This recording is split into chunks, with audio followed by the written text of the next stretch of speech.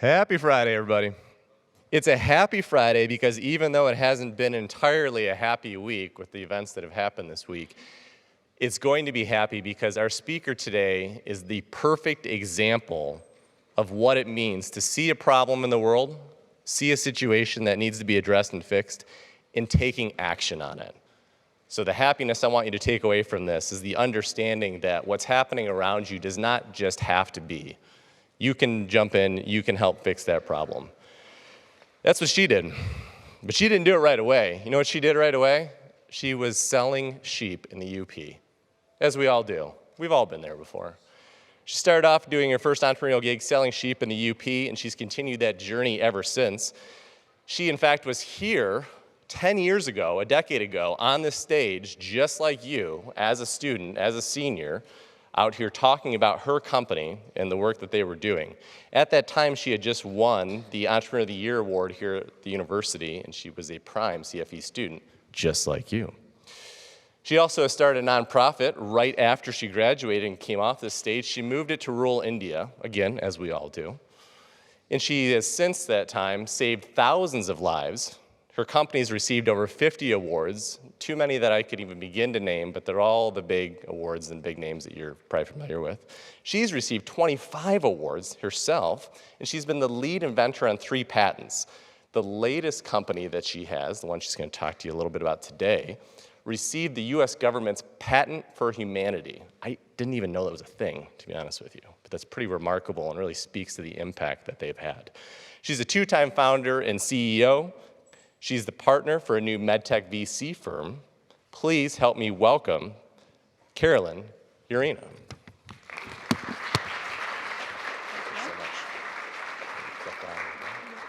Thank you, Eric. Can everyone hear me okay? Great. As Eric noted, I'm a 2-time founder, CEO, and at my core, I'm an entrepreneur.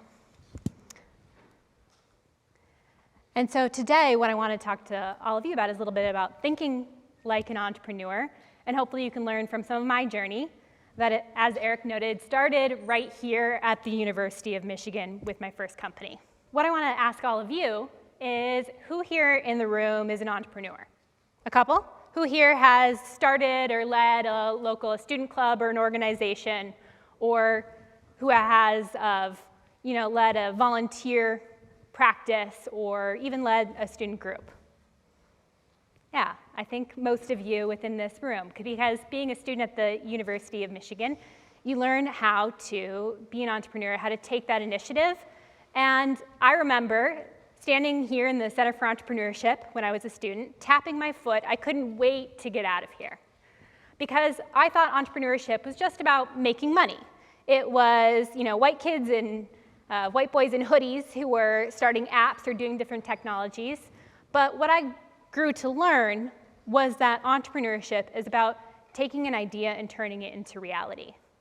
Because whether it is a product, whether it is an idea, it doesn't matter if you don't actually enact it into the world and if you don't make change with that idea. And that's what being an entrepreneur is about. So I'm a 2-time founder, CEO. I've raised over $5 million of funding from top-name venture capital, as well as large grants. I have really navigated a lot of global regulatory and different systems. And I'm going to talk to you today about 2 of the companies that I founded over the last 10 years. And really, I built my career in changing the statistic. 80% of the world's medical devices are designed for 10% of the world's population. And what does this mean? This means that medical devices aren't being designed with and for the people who need them most. And this could come into play, whether that is designing for overlooked groups here in the United States, but where I focused mainly is internationally in other countries. So the company that I recently founded was Sisu Global. So I was the former CEO, just stepped down last fall, of this organization. And at Sisu means persevering in the face of adversity because we design medical devices for those that persevere. And the problem we were tackling, remember I mentioned that 80% of the world's medical devices are made for 10% of the world's population. What this means into real life is that across the globe, whether that is sometimes in the UP, where I currently live, or in other countries, a doctor reaches for a blood bag and it isn't there. So what can that doctor do? Well, one option, sometimes the only option, is to use a patient's own blood for a process called autotransfusion. If you think about it, your own blood is better than someone else's. And so this is something that we've seen, and there's been a lot of different research, including from Johns Hopkins University, to show that your own blood is best. But that's common sense, right?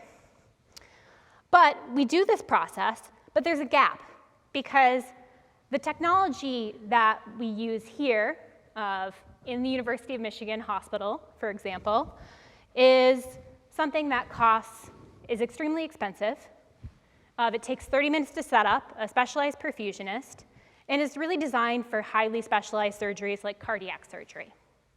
And then there's places in the globe, what inspired the creation of our product, that use manual techniques to scoop blood out, filter it through gauze, and retransfuse it back to the patient. Now, you might ask why. Why is our medical devices being designed for such a small population? It's not because there's not money there. There's a large market. It's not because the need isn't there. It's because we're narrowly focused on a small segment of the population. And so that's what we were looking to change with Sisu Global. We designed a product here, starting from the University of Michigan. My co-founder created this in her senior design project with Kathleen Sienko at the University of Michigan to create a product that can bridge the gap to combine the safety and effectiveness of what we do here in large hospitals in the US with the simplicity and the innovation of doctors that use this technology in emerging markets. And so we created EHour, a device that can suction blood up through a filter from internal bleeding. Say there's been a traffic accident, there's been a surgery where there's a lot of blood pooled in the stomach or chest. It's still good blood, it's just not transporting oxygen and nutrients. So we can suction that blood out, filter it, and give it back to the same patient in the same surgery. And here's a little video to show you what that looks like in a surgical setting. So there is some blood. It's not too bad, but just a warning. So at Sisu Global, we created EHour, so hema, blood, infused transfusion combined. So it's designed for surgical emergencies. And again, that blood pooled internally to filter and retransfuse. It's called autotransfusion or autologous transfusion, which is self-transfusion. We designed a device that was designed for the markets in which we were serving. So actually working with clinicians in Ghana, my co-founder and her team here at the University of Michigan invented a device that could do this. And it's a product that we had to design to the unique needs. So we thought about reusability of the product, but we also thought about safety, where not everything can be reused. So minimizing the reusable components, minimizing the disposable components and focusing on reusability. Making sure it was easy to use in collaboration with clinicians in the markets we plan to sell the product, and able to capture multiple units of blood in a single surgery. So here are just a couple of the examples of where the product can be used. And simply, you can see it's inserted into the pool of blood. You pull the handle up, blood comes in through a filter. And when you press the handle down, that blood is transferred to a blood bag to be retransfused immediately in the same surgery. So this is a product that is deceptively simple. Those of you that are engineers know that making something simple is actually much harder than making it complicated, because you have to chip away at removing each individual part that you can, making sure to focus on affordability. And by affordability, I don't mean low cost. You have to, when you're thinking about pricing, consider what is being paid as the alternative, but also in building a for-profit organization, how do you grow the business? And how you grow the business and how you grow the impact as well is through money.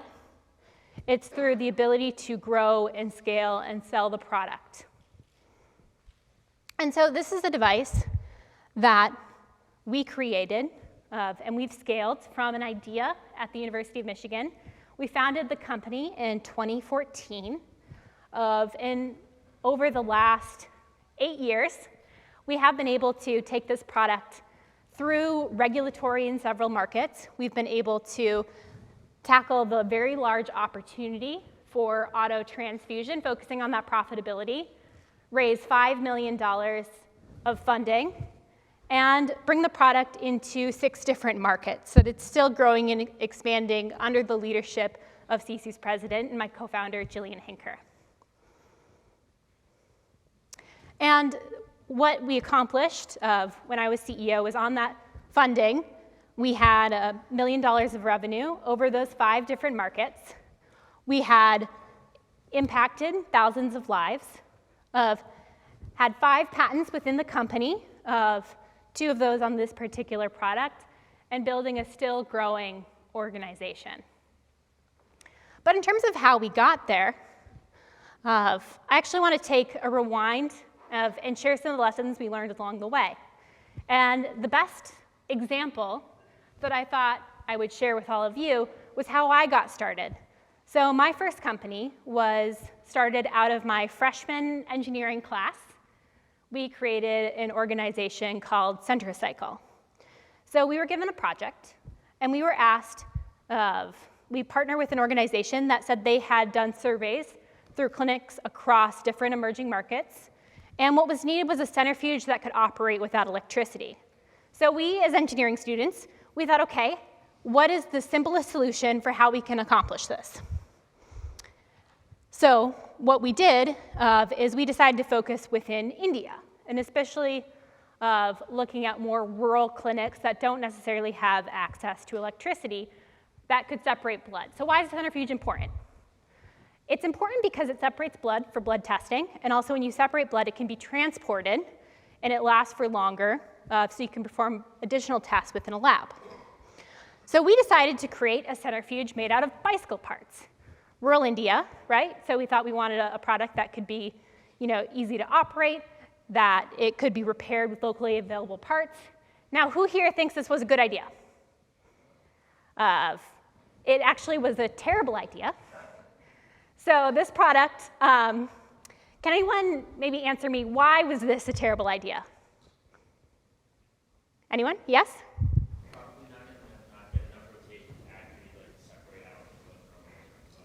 That's a good thought in terms of the technology. Did the technology work? So the technology actually did work. It did separate blood.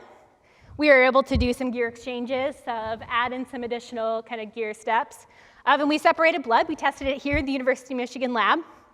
Got the results that we wanted. So why else was it a bad idea? Yep?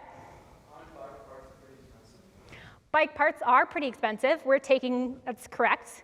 We are taking a perfectly good product that's designed for a specific purpose, and then we're chopping it up and making it into a product it's not designed for. So, the usability of the product, the maintenance of it, the worth of what's there, the standardization for using kind of bicycle parts are all there. What else? Yes? Bicycle parts might not be clean for use of blood. That's also a very good thought. So bicycle parts may not be clean. True. It's a medical device. So you do have certain standards of sterility and everything else. Now I want to ask within the dignity of healthcare, who would believe results if they walked into, say, the hospital here, and your medical device looked like this? Would you trust the results? No. Because there's a lot of dignity in healthcare, right? There's in terms of, it's not just does the product work, which, engineered by training. I love my technology and does it function? But is it believable? Does it actually fit within that environment? Are the parts something that can be, repaired and used? Why start with something that's perfectly good instead of designing a product from the ground up that actually meets those specifications? Just because this was in rural India doesn't mean you don't need the same high quality standards that you need anywhere else. It's important to maintain that quality, to maintain that product, and design a medical device to the needs, to the market, and not to come in with preconceived notions.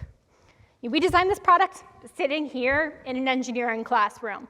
We didn't design it with the clinicians that would be actually using it to their needs and specifications. So when we did actually go to our market, we did work with the clinicians within India. We did recognize their needs and requirements and sat across from customers. We started iterating our product. We started designing a device that started looking more like a centrifuge. We started using actual gears for the system. We started using the resources at the University of Michigan.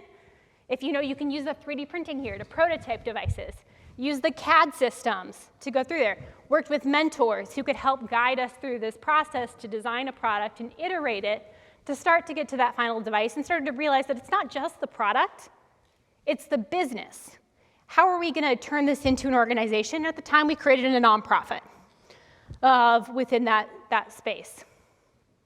And we iterated the device, kind of narrowing it and making it smaller over time, going back and forth through separate trips, in the creation of narrowing in a product that would work, filing patents to make sure that it was protected, that we could build an organization into the future in order to create this device. And that was what we did with the organization that I started here out of the University of Michigan, was called CentriCycle, growing from a student class project to a student organization where we had 20 students working here at the University of Michigan, not just engineers, public health, business, all the different aspects, marketing that you need for an organization to start and grow. And the great thing about starting something here at the University of Michigan is in this ecosystem, everyone wants to help. So we were able to really take the mentorship, the resources here that I'll get into next, to build an organization that would last and that would grow. And so the 2 points that I want to hammer home for all of you, and are also part of your curriculum here as Entrepreneurship Hour, are 2 things. So one is innovation within this, so that takeaway is if you're designing a product, look into the processes around customer-centric, human-centric design for the product to make sure it's actually designing a product that's actually needed, wanted, to the requirements that are there, that puts the customer first and puts yourself in those shoes, and to iterate that device. And the second is in terms of mentorship. So I didn't go into this as much, but each stage of my entrepreneurial journey and of these different products was about finding the right mentors in the right ecosystem. So here at the University of Michigan, some of those mentors and what I did and looked like involved, these are just a couple things to maybe get your thoughts going of what you can utilize here as students. So organizations like the Center for Entrepreneurship or student clubs, so we partnered and the idea for a product came from EHour. That idea for a centrifuge, that's not something that I came up with or my team did. That came from a survey asking clinicians what was needed. So if you're looking for an idea of programs and classes, I was an engineering student, but I took classes here at the University of Michigan as well, so MBA of classes. Even though there are requirements, you can just ask the professor. If you're excited, you're passionate about it, most of them will let you take the class anyways. And then using different funding and programs for students, and then other consulting projects in different areas as well as those mentors. So whether that was for when I was a student, it was my mentor through the CFE that was actually brought for me. It was my different professors that I connected with and asked them to get a monthly coffee with me. And then after I graduated, I continued that process of having a mentor and asking someone to sit down just once a month to help me talk through different problems and learn from their lessons and mistakes so I didn't need to repeat them. So with all of this, hopefully there are some lessons that you can take, whether you decide to found your own company or you decide to think like an entrepreneur as a student and then into the next phase of your career. So with that, thank you, Carolyn. Questions? That was amazing. Thank you so much. I appreciate it. I'm listening to you, and the word I keep coming back to is the term I keep coming back to is customer-centric. be it from the time you're in the UP selling sheep. You had made a comment when you were on the stage 9 years ago talking about that, that even though you were selling sheep at a local county fair, people you were selling to weren't buying sheep. Explain a little bit about what that was that you realized at that young age. Certainly. So I don't know if I realized this at the time when I was a student. So I grew up on a sheep farm in the Upper Peninsula of Michigan, and kind of getting my start there. And so I realized I was a part of 4-H, and we were selling our sheep to be auctioned off for meat. And what I realized later was that how I would recruit people to buy my sheep wasn't really about the qualities of the sheep itself. It was writing handwritten cards and kind of convincing them and giving them the chance to support a kid in the local community.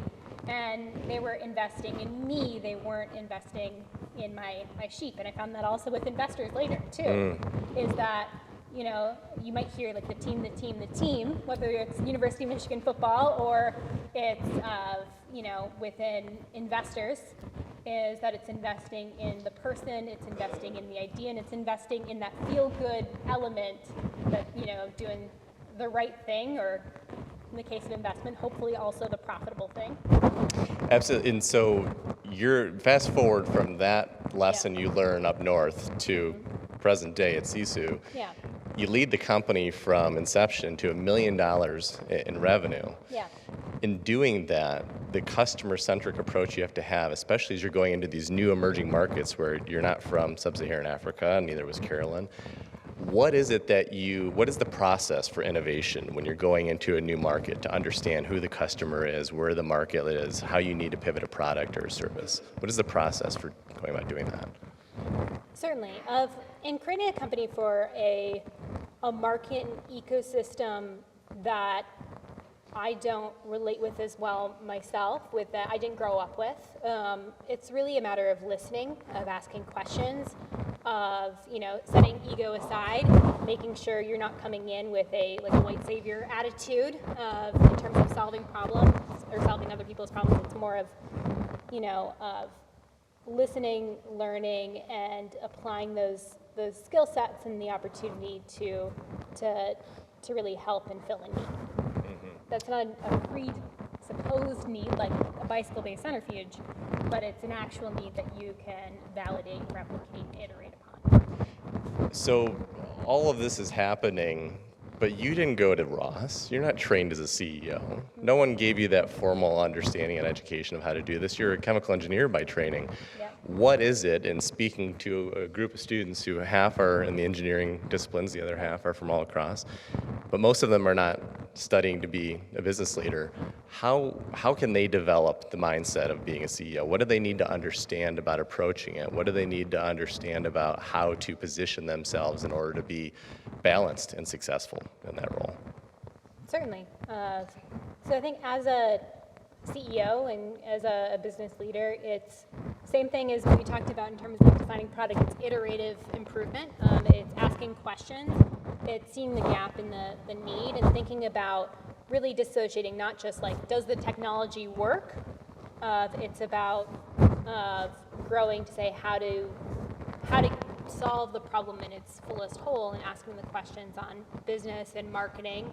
And how I learned and grew was really finding mentors, finding systems to really sit down with. I pushed myself to take classes. Like, I didn't have an MBA program, but I took MBA classes while I was here to learn, and I went through, you know, actually 2 different accelerator programs, one with the University of Michigan and then one later on that brought me out to Baltimore to Johns Hopkins University that was linked with that. And that was how I really started to become a CEO, was over time and through growing, learning, and asking questions. I think. Gotcha. I'm cycling through in the back here because to your comment about mentors and mentorship, you could speak to all of these. You've gotten an incredible amount of seasoned experience kind of throughout the spectrum here. But when we're talking about that mentorship, students often approach us, and of course they want to take on the opportunities to get a mentor and to kind of establish those relationships. But they oftentimes are feeling intimidated, not knowing what they can give back, what they can otherwise do to kind of hold up their end of that relationship or to fuel it. What did you learn along the way? What advice would you give them? Yeah, so I've learned that whether it's mentorship, whether it's a business relationship, is that everything about business is about relationships. It's about growing in those. And so for sitting down with a mentor, it's making sure that, it's a valuable, you're making use of that person's time, you're growing the relationship, you're not just sitting there and, coming in and asking specific prescribed questions, you're building a relationship that the other person understands you, that you understand them, building really a friendship, and kind of making sure that you're reliable as are they. So most people, mentors that I've had, it's been really, they've been paying it forward as well and kind of having a discussion and dialogue and passing on that knowledge, because who doesn't like to pass on knowledge and to have that experience of teaching someone. I've yet to meet an alum who doesn't want to teach. Yeah, exactly. Absolutely. And exchanging, sometimes it was just about exchanging, letting them tell stories at the time of, what was their experience, what they like, and making sure it's a positive impression. At the root of all that, is there an authenticity? Is there a need to have a genuine interest in that person's work and that person's experience that you want to gain, or is that something that if you have an interest, it doesn't have to be authentic with that person. You can try to gain what they have nonetheless. Well, I think it's about an approach, right? So I've gained quite a lot from stories of spaces and areas that aren't my core or not directly related to what I was doing. But I think you have to be genuinely interested in that person as a human, even if you're not interested in what they're saying at the time, because people will tell stories that really don't have a lot of point, but kind of engaging and having that discussion, you build that over time. Sure. You can't be disingenuous or kind of just, what I was saying, you can't come in and just talk about that, this narrow thing. You kind of have to let the conversations breathe. That's super helpful. I want to jump up to a video of your talk in 2014 up here. Thank you. I think entrepreneurship and really making a huge impact takes jumping off of a cliff. I'd ask you to just jump off the cliff, make a difference, throw yourself into it, because as students, there's no better time than now where you really don't have other obligations. You have the opportunity. So it's important to just go. I absolutely love your comment on that, because it's something that we try to tell students all the time. There's never going to be a better time in your life where you're free of obligation, you're free of responsibility to go ahead and pursue your passion, pursue your interest. I assume that you would say that still holds true today, but I'm curious to get your thoughts on how that's evolved over time. Do you still believe that entrepreneurship is about jumping off a cliff? And if so, what's the amendment to that statement that you've learned since then? Yeah, I would say that it is still true of, I think there's a way of putting my story forward, or even in these talks for anyone that's here, where it seems so prescribed. Like all the steps are logical and they make sense, and of course all this stuff happened. But it's each of these were kind of leaps in decision making. In entrepreneurship, they often say you jump off, or you jump out of an airplane and you build a parachute on the way down. I think still applies, because you'll never be ready to do whatever it is, especially if it's something that'll stretch and grow you. I wasn't ready when I jumped in and started my company right after college. I had a solid foundation. I had taken classes, I'd built the company, but when I founded Centricycle, my first organization, it was just me originally. I recruited someone from a misspelled job posting that moved over with me to Chicago and then India through a mentor's platform that they had created. You never know. So, and even this most recently. So sometimes it's making, building kind of an ecosystem and building those steps like I did over the past decade and then sometimes it's taking a leap in a different direction. So my leap this last year was stepping down as CEO, kind of in that stage, and growing into the next phase of my career, which is scary and it's different. But it's important that if you start getting comfortable, I think my guiding philosophy over life has been, how will I learn the most and regret the least? Oh God, I love that. I'm going to write that down. That's great. But as you're doing this last year, I don't know if this was maybe one of the last projects you worked on or shortly thereafter, because you're still, of course, active on the board of directors over at Sisu. I think. But there's been a huge element to what you did last year and the action, to your point about never being ready. Yeah. Sisu undoubtedly was not ready to go ahead and take on a charitable cause and to go ahead and extend the reach of the company to a modern conflict and crisis that had an immediate need for the product, but there was an opportunity to step up, and you did. Talk to us a little bit about what this experience has been like. What is it like to bring medical supplies into Ukraine in the middle of a conflict? Certainly. This work that Sisu did, that we did to bring hemofuse into Ukraine, was a group effort, and really actually led by Sisu's now president, Jillian Henker. Fellow alum. Fellow alum, mechanical engineer, University of Michigan, and the primary inventor of hemofuse. And so the work was really coming together of a bunch of different partners who just wanted to take action and do different steps, whether that was Sisu's investors in the shareholder meeting that was, pushed those things of like, what can we do and how can we make this happen, to the partner of Finca, of a nonprofit that was able to help facilitate a kind of fundraising and making this happen, for people to contribute on a fundraiser platform to that 501c3, to our board of director who reached out within his network to find those connections who were already distributing medical devices and supplies to get it over there, to the work of Sisu's team of building the products, of translating our materials in so that they could be understood, and making sure that, and kind of also serendipity of timing, because the COVID-19 pandemic had really pushed Sisu and forced us to make materials that were consumable remotely, of training materials that were done virtually. And so it was much easier to deploy. We were ready to deploy hemofuse for use in more of a remote kind of war situation, and have the product be used. That's right. So the process of innovation just keeps going with Sisu. Yes, it never stops. And each phase of the company is a whole new set of skills, a whole new learning experience. You can't keep doing the same thing because everything around you is changing. Love it. All right, students, it's your turn. Just got time for a couple questions here that we can take, and we can thank Carolyn for kind of being here. Show of hands out there. Student writers will come up. While we're thinking about that, one of the things I do want to kind of touch on is, and I ask every guest this to try to diffuse some information to them. If you were in their shoes, when you were in their shoes, knowing what you know now, looking back, what would you do? What skill set would you develop? What class would you take? What do you look back and go, wow, that really was more critical than I realized at the time?